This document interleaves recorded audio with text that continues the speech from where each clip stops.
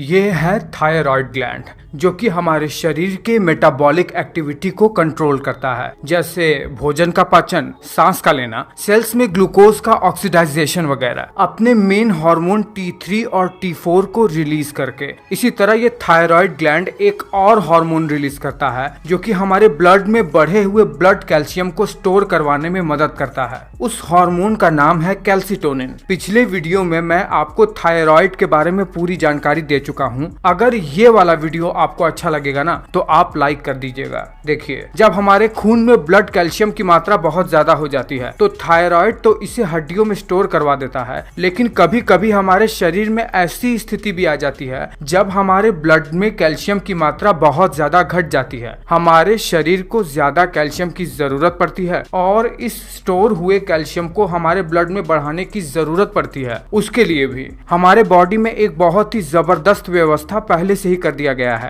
देखिए, हमारे thyroid gland के पीछे एक और ग्लैंड होता है जिसे पैराथायराइड ग्लैंड कहते हैं। ये संख्या में 4 होते हैं। ये बिल्कुल चावल के दाने के बराबर होते हैं और वजन में तो ये मात्र 40 मिलीग्राम तक होते हैं। एक बार इस इमेज में आप इन चारों पैराथायराइड ग्लैंड के लोकेशन को देख लीजिए। अब चूंकि ये एक एंडोक्राइन ग्लैंड है, इसलिए इसमें ब्लड कैपिलरी तो होंगी ही, जिसके थ्रू ये अपने हार्मोन को ब्लड में पहुंचा सके। देखिए, होता क्या है, जैसे ही हमारे खून में कैल्शियम की मात्रा घट जाती है, वैसे ही हमारा पैराथायराइड ग्लैंड इसे डिटेक्ट कर लेता है और एक्टिव होकर अपने सबसे मेन हार्मोन पैराथायराइड हार्मोन, जिसे PTH भी कहते हैं, उसे रिलीज करता है। पैराथायराइड ग्लैंड में मौजूद चीफ सेल्स इस हार्मोन को रिलीज करती हैं। देखिए, जैसे ही खून में ये पैराथायराइड हार्मोन आते हैं, ये सबसे पहले हमारे इंटेस्टाइन को ये सिग्नल देते हैं कि हमारे खून में कैल्शियम की कमी हो गई है, जितना ज्यादा हो सके कैल्शियम को ऑब्जॉर्ब करो, क्योंकि जो भी हम भोजन करते हैं वहीं से तो हमें न्यूट्रिशन मिलता है। इसलिए सबसे पहले ये इंटेस्टाइन को सिग्नल देते हैं कि कैल्शियम को ज्यादा से ज्यादा ऑब्जॉर्ब करो। फिर ये किडनी को स्टिमुलेट करके किडनी को सिग्नल देते हैं कि कम से कम कैल्शियम को यूरिन के थ्रू शरीर से बाहर की ओर उत्सर्जित करो, जिससे शरीर में कैल्शियम की मात्रा बनी रहे। उसके बाद ये हमारे हड्डियों में जाते हैं, जहां पर ये हमारे हड्डियों के अंदर एक बहुत ही महत्वपूर्ण सेल ऑस्टियोक्लास्ट को स्टिमुलेट कर देते हैं,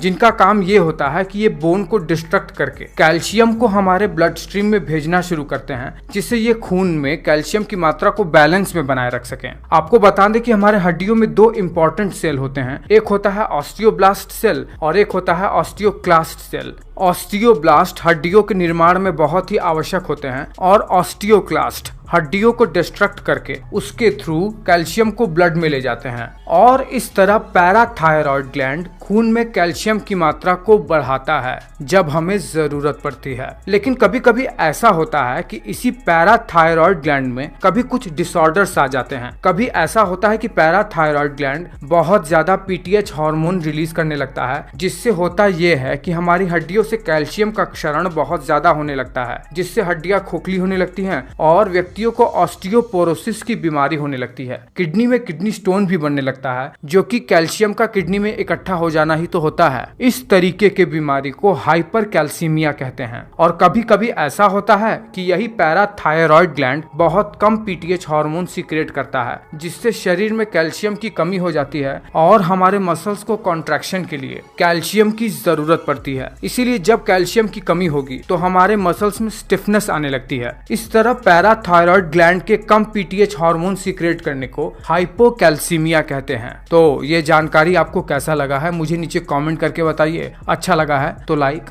जरूर करना।